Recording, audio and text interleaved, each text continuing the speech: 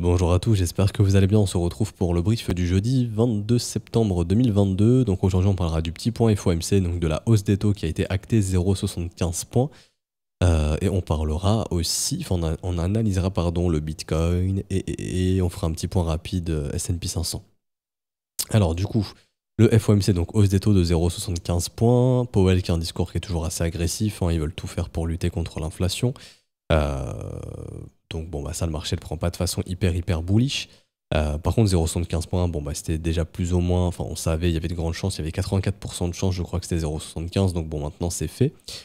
Également, Powell a dit une chose très forte et ça le marché l'a pris en compte, c'est ce qui fait qu'on peut avoir un mouvement baissier sur le S&P à l'heure actuelle, très probablement, c'est qu'il est conscient que lutter contre l'inflation peut créer une récession. Et en gros ça veut littéralement dire que bah, il est prêt en fait à créer une récession pour lutter contre l'inflation. Tout simplement. Et du coup, bah, je vais commencer par ça parce que c'est hyper intéressant. Il suffit de regarder la courbe des taux, de voir que les taux court terme sont très proches des taux long terme, que déjà il y a un problème, les taux à 30 ans sont sous les taux à 2 ans par exemple. Ok, donc ça faut faire très attention. Je vous avais expliqué, hein, plus les taux sont resserrés, plus les marges des banques sont faibles, tout simplement. Et également, on a un risque de récession historiquement quand vous avez les taux court terme qui vont au-dessus des taux long terme. Exemple. Alors, en été 2019, si je dis pas de bêtises, c'était ici, oui, en août 2019, on a eu temporairement, très rapidement, les taux court terme qui ont dépassé les taux long terme, ici, et donc ça risque de récession à 6 mois. Donc août plus 6 mois, ça fait septembre, octobre, novembre, décembre, janvier, février, bam, crack des marchés, Covid qui arrive. Et après, bon bah, tout le bordel, hein, des entreprises qui ont fait faillite, etc. Théorie du complot ou non, je suis pas là-dedans, je m'en fous, mais c'est juste que on pourrait acter, enfin vraiment augmenter les chances d'avoir une récession si vraiment ces taux court terme dépassent les taux long terme. Et ce qu'il faut savoir, c'est que fin décembre, les taux vont monter à 4% ici, donc déjà, hop, ça va être ici. Donc si jamais les taux à 30 ans ne sont pas au-dessus de 4, eh ben on aura une inversion de courbe. Et ça, c'est récession quasiment obligatoire. Et c'est vraiment pas bon. Pourquoi? Parce qu'en fait, ça veut dire que les banques doivent emprunter de l'argent aux banques centrales à un taux plus important que ce qu'elles peuvent ensuite le prêter aux particuliers et aux clients.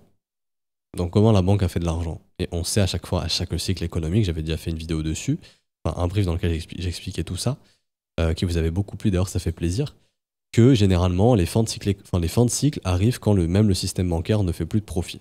Et du coup les récessions arrivent à ce moment-là. Et ben, ça pourrait arriver à ce moment-là.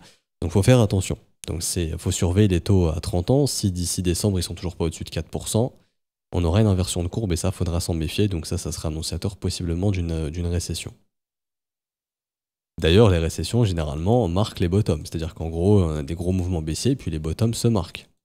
Ce qui serait plus ou moins intéressant, ce qui pourrait être développé, enfin indiquer qu'un bottom puisse être à horizon d'année 2023 pour les assets à risque et possiblement peut-être même hiver 2024. Si c'est pas hiver 2023, ce sera probablement hiver 2024. Bon, trêve de... enfin parenthèse fermée. Le Bitcoin, pour revenir rapidement dessus, il n'y a rien qui a changé techniquement, ça a juste été un événement très volatile et très liquide, donc on est venu sauter les sommets ici, donc les stops des vendeurs ici, les stops des acheteurs, et on est revenu au même endroit. Donc le Bitcoin n'a rien fait du tout. Je répète toujours que pour être bullish, il faut s'installer au-dessus de toutes ces zones de stop. Pourquoi? Parce qu'il faut bloquer tous ces vendeurs ici. Si tous ces vendeurs sont bloqués, il y a moyen de pouvoir aller péter aussi cette zone-là et retourner dans le haut du range. En revanche, si on vient ici et que ça ne tient pas et qu'on fait ça, là il y a un bon setup de short et là ça ouvre les portes à aller défoncer le support. D'ailleurs, on est un peu dans un scénario possiblement similaire à 2018. Je vous montre. Mais on est en train de mettre trop de pression sur le support ici, là, en gros 18 000, 19 000 $. Un peu comme en 2018 et les 6 000 $, je ne sais pas si vous vous souvenez, où on avait des rebonds de plus en plus faibles. Donc en gros, ici j'ai un gros support et j'ai des rebonds voilà, de plus en plus faibles. Comme ceci, donc ça fait une sorte de triangle descendant qui casse au sud. Et ben on est en train de faire quelque chose d'assez similaire, dans le sens où là on est en train de faire pareil. Vous voyez, on a notre support ici qui est testé à multiples reprises, et puis on a un sommet, deux sommets. Donc on pourrait avoir un rebond pour un troisième sommet jusqu'à ce que ça cède. Si c'est amené à céder en termes de liquidation, on a quand même l'information qu'on a des plus gros pics au sud qu'au nord, donc ça pourrait être intéressant pour le marché. d'aller liquider tous ces acheteurs. Pourquoi aussi également? Parce que le sentiment reste majoritairement bullish, dans le sens où, quand je vous montrais ça, les gens sont bullish sur l'euro, sont bullish sur NZD, donc tout ce qui est contre le dollar, les gens sont bullish. Pourtant, c'est le dollar qui est bullish et pas l'inverse. Et les gens sont bullish sur le pétrole, alors que le pétrole a fait un sacré M-top.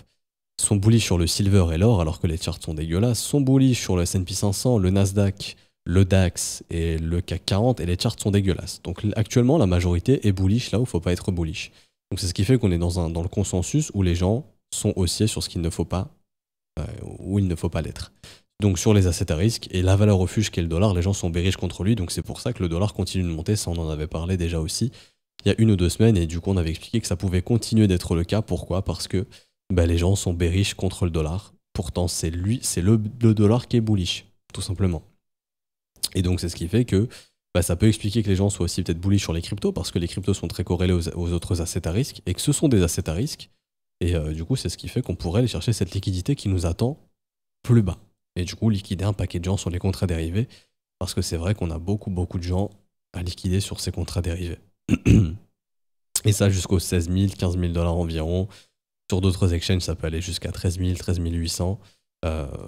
Sur Binance FTX, d'ailleurs, où il y a beaucoup de liquidations vers les 13 14 000 $. Je dis pas qu'on va y aller, bien évidemment. Je dis juste que si le range ici ne tient pas, c'est les objectifs réalistes qu'on peut trouver.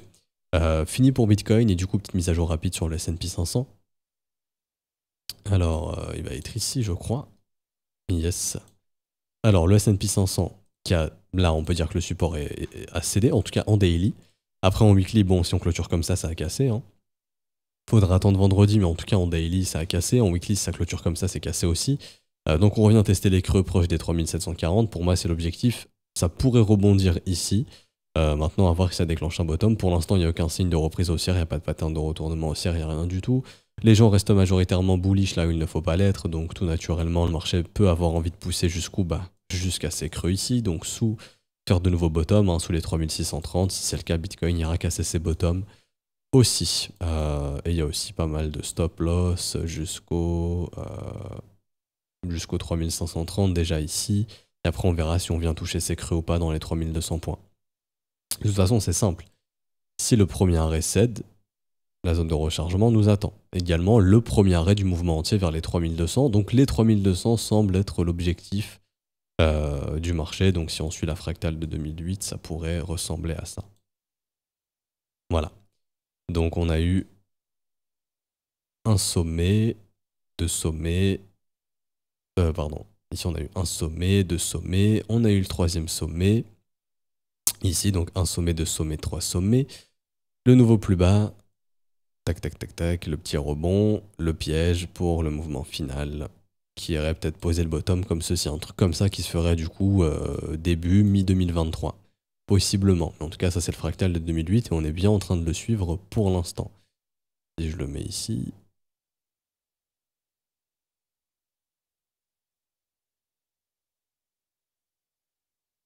Vous voyez, ça ressemble beaucoup, un sommet, deux sommets, trois sommets.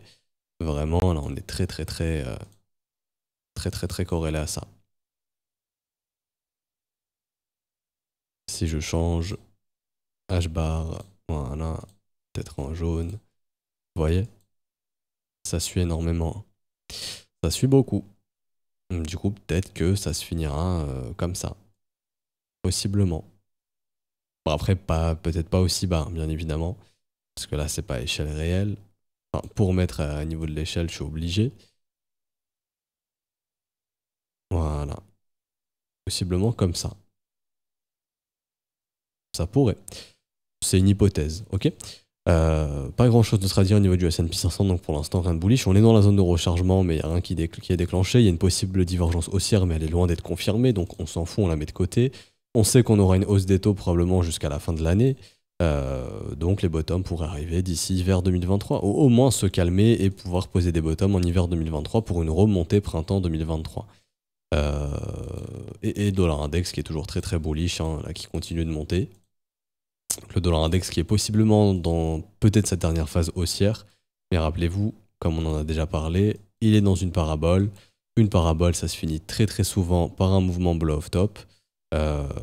Et un blow-off top, c'est quoi? C'est une grosse accélération suivi d'un gros nettoyage, un rebond, et voilà, là le top est posé. C'est le schéma qui pourrait arriver sur le dollar index, en tout cas tant qu'il est dans cette parabole, il peut continuer d'accélérer encore et encore. Donc faut s'en méfier, et pour l'instant il n'y a pas de signe de top sur ce fameux dollar index. Ouais, il y en a beaucoup qui vont dire oui, mais il y a un canal ascendant, oui, possible. Ils vont dire oui, mais on est dans un canal, ça va forcément casser vers le bas, ok, possible, mais en attendant, vous voyez que ça peut continuer de monter jusqu'au 115, 116, etc., etc. Et il faut casser plus bas, parce qu'en fait, ce qui peut arriver, c'est une vraie accélération, et là, c'est ce qu'on appellerait un climax run. C'est quand on casse un canal ascendant vers le haut, bah là, on accélère encore plus, et c'est juste incroyable. Donc je sais pas si ça va arriver, ça, sur le dollar index, mais pour l'instant, il reste bullish, donc faut faire avec, et les gens sont bearish contre lui, donc c'est ce qui le motive à monter assez facilement. Je qu'on s'arrête ici pour aujourd'hui, j'espère que ça vous aura plu. Si c'est le cas, n'hésitez pas à laisser un petit pouce bleu, vous abonner si ce n'est pas déjà fait. À nous rejoindre sur Discord, je vous mets le lien en description et en commentaire.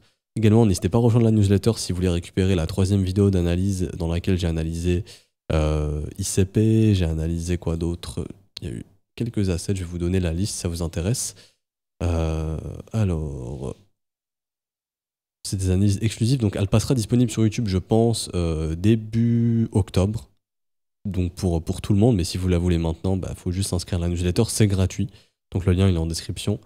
Et en commentaire, faut juste mettre son email et vous serez inscrit. Donc j'ai analysé. Alors j'ai analysé. Mana, GRT, VET, Casper, Theta et ICP. Et on a parlé de cyclicité de marché, d'inflation de token et de l'importance du market cap pour de l'investissement. Donc du contenu supplémentaire vraiment qui est cadeau pour vous, donc n'hésitez pas.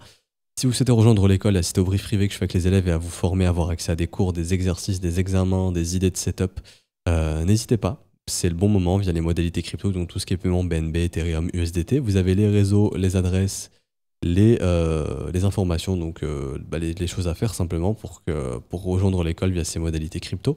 Il suffit simplement en fait, de faire le transfert sur une des adresses avec les montants qui sont inscrits ici ou ici, ça dépend de l'abonnement que vous voulez choisir. Vous envoyez le TXID à tous les profs ou à un des profs, le mieux c'est à tous les profs, comme ça le premier qui le voit le valide et vous avez votre rôle élève, ça va super vite. Du coup on se retrouve demain pour une dernière update, demain on parlera d'Ethereum, bonne journée à tous, ciao ciao.